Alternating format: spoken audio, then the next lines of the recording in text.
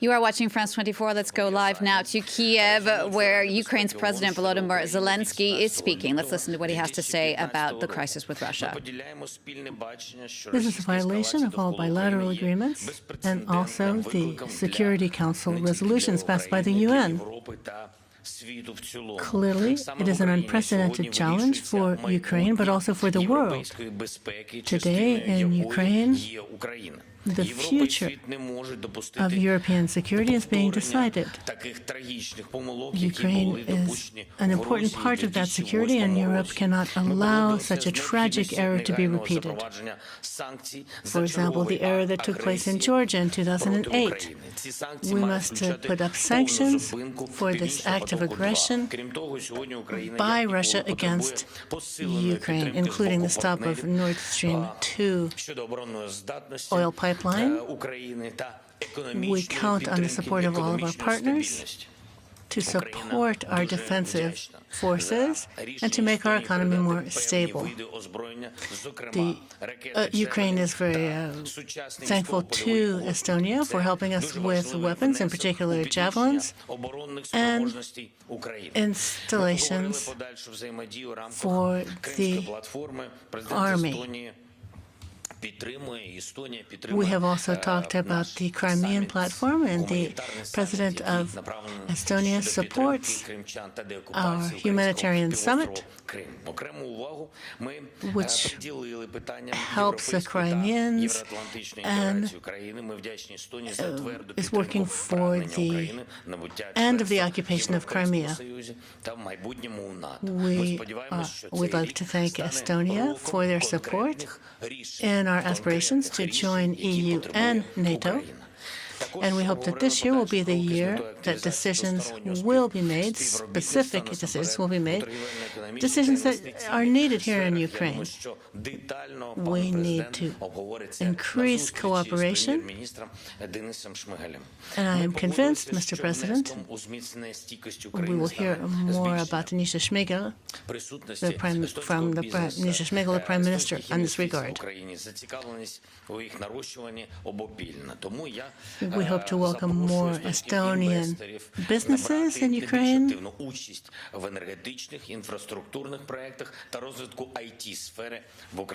We invite them to participate in the economic development of our country, in particular with regard to computer sciences in Ukraine.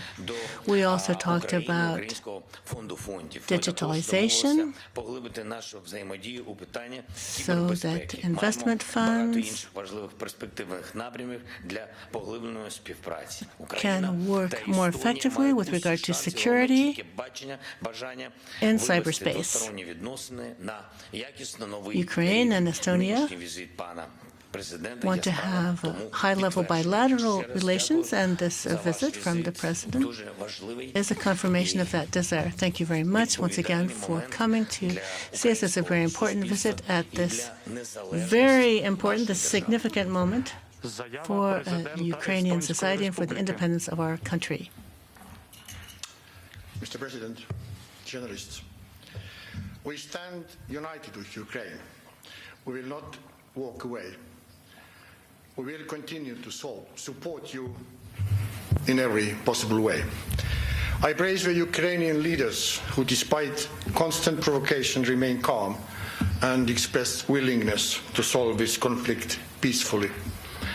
Russia must end the intolerable provocations, stop fueling the conflict, which has been ongoing for 8 years. Moscow should immediately and unconditionally withdraw its forces from Ukraine's territory and its immediate vicinity. We strongly condemn all military and hybrid actions against Ukraine. We regret that despite diplomatic efforts, there are no signals of willingness to de-escalate. Quite the opposite. The build-up of Russian forces continues, including in Belarus. I align myself with everyone who wish we would have a way to secure peace through the force of diplomacy and dialogue. Indeed, it is a decisive moment in the European history. President Putin will answer to the future generations for his violent actions.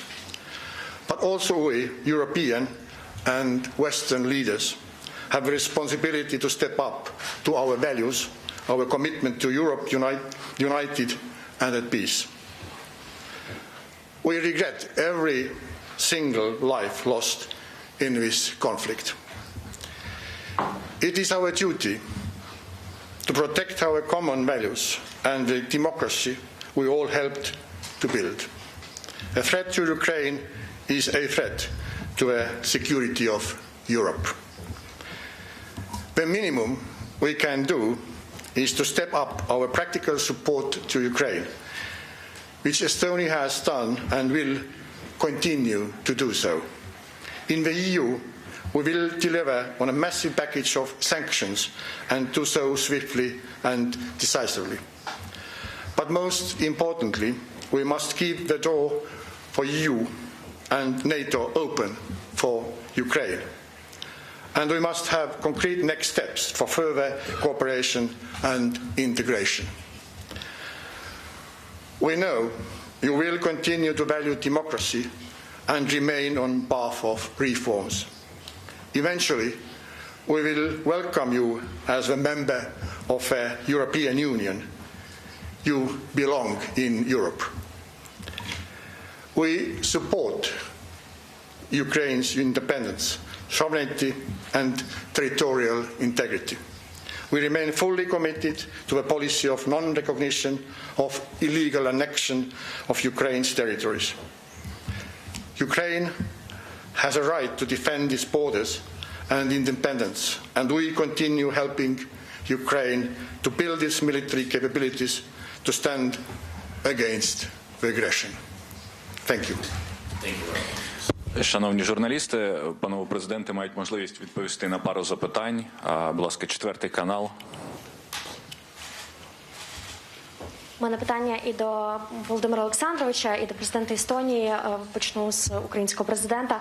Пане Володимире, скажіть, будь ласка, зважаючи на офіційне введення російських військ в ОРДЛО, чи можна це вважати наступом Росії на Україну? І в контексті цього, чи буде впроваджуватися в Україні воєнний стан? With regard to Russian military forces in the self-proclaimed republic, до України вивести війська?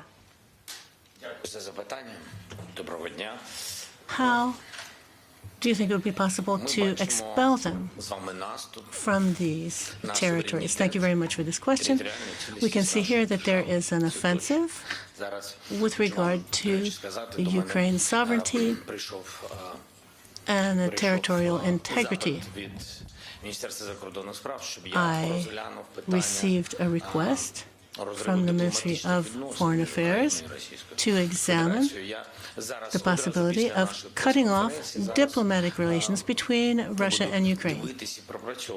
Since the most recent press conference, I will definitely be studying that question and many other questions to see what we can do to react to this escalation from Russia. We believe that it is an escalation, and we have understood that it is a legal attack as well, which has also excited the different activist forces that are found in these territories, these so-called separatist territories. This is not the first time we've been confronted with such a problem. These issues must be resolved through dialogue. We are ready to sit down and negotiate. And Russia knows this very well. Not only Russia knows this, but over the past few months, we have carried out consultations with all of the leaders of the EU, the United States, Great Britain, Germany, France, and so forth. And we have engaged or proposed many types of formats of dialogues that included Russia. And we got the answer yesterday. And you can see that the answer that we got from Russia is that, well, it's an answer that we have to react to. We have to defend our sovereignty. We have to defend our country. Ще друга частина вашого питання, будь ласка, повторіть. You asked another question, I think, Дуже просто. Це concerning питання martial для нас law. зрозуміло. Ми віримо в те, що With regard to війни не martial буде law, I can tell you that потужною проти we України, firmly believe не буде, that there will not be a large-scale war against Ukraine, and there will not be a major escalation made by Russia. But if this were to occur, А хто просить? despite what we hope and believe, in that case, yes, Ми з ними не we would have to не розуміємо, хто це. Дякую вам дуже за відповідь. Call on martial law. Каріса. Прем'єрка Естонії Кая Калас сказала, що визнанням квазіреспублік Кремль зачиняє двері для дипломатії. Який вихід з цього A second становища question. ви бачите і прогнозуєте?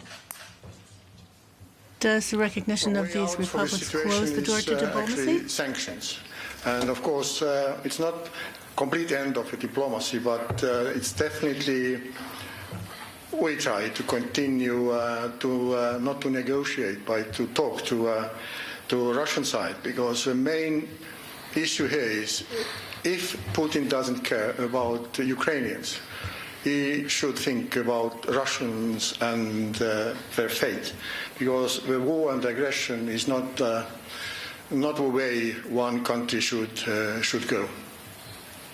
І ще запитання від MTV, будь ласка, там в самому кінці. Wait for your mic. Okay, thank you. I have two questions. First goes to President Alar Karis. I'm from Finland, Finnish MTV channel. Okay, you said, Mr. President, earlier that you want NATO to secure and with more fighters in Estonian airspace. Are you afraid that the Baltic countries are next in Putin's list? Thank you for the question. First of all, I'm not afraid of anything. And the second is, it's not a question of Baltic states or any other NATO member. If things escalate, it's a war against NATO, not against Estonia or Latvia or any other country. So this is one should keep in mind. Okay, and the next question goes to President Zelenskyy. You also asked some help from Finnish government. The situation has changed very rapidly now. What kind of help you need most at the moment? And what is your opinion that the non-NATO countries like Finland and Sweden, how we should react to this current situation? Thank you. Дуже дякую. You're watching France 24. We've just been listening to that press conference between the Ukrainian leader and the leader of Estonia, who is visiting Kiev in already a pre-planned trip there to Ukraine. But as you can imagine, the current tensions between Russia and Ukraine are definitely dominating that press conference. So France 24's Doug Herbert's been listening in to that with me as well. Doug, a lot of very strong support, first of all, from the Estonian president. Yeah, it's not surprising that the Estonian president, one of the three leaders of the three Baltic states, which were former Soviet republics, now members of the EU since 2004, would be standing there on this particular morning, momentous morning, showing solidarity with Ukraine. The Baltic leaders, Estonia, Latvia, Lithuania, they perhaps know better than anyone else, or as well as anyone else, what it is like to be on the front lines of Russia, having been occupied by the Soviet Union for a good deal of their history until they got their independence, declared their independence in the early 90s.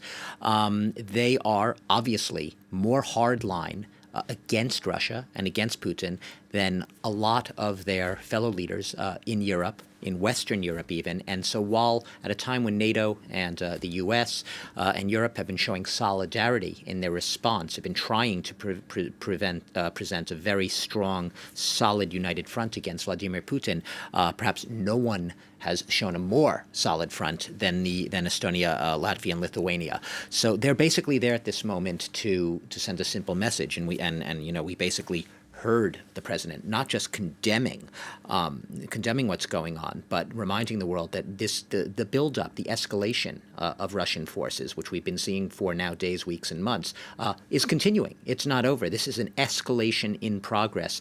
The Baltics he's playing the role of the messenger of let's have no illusions here. Let's have no illusions about what the intentions of Vladimir Putin are. Let's have no illusions about what his ultimate goal is.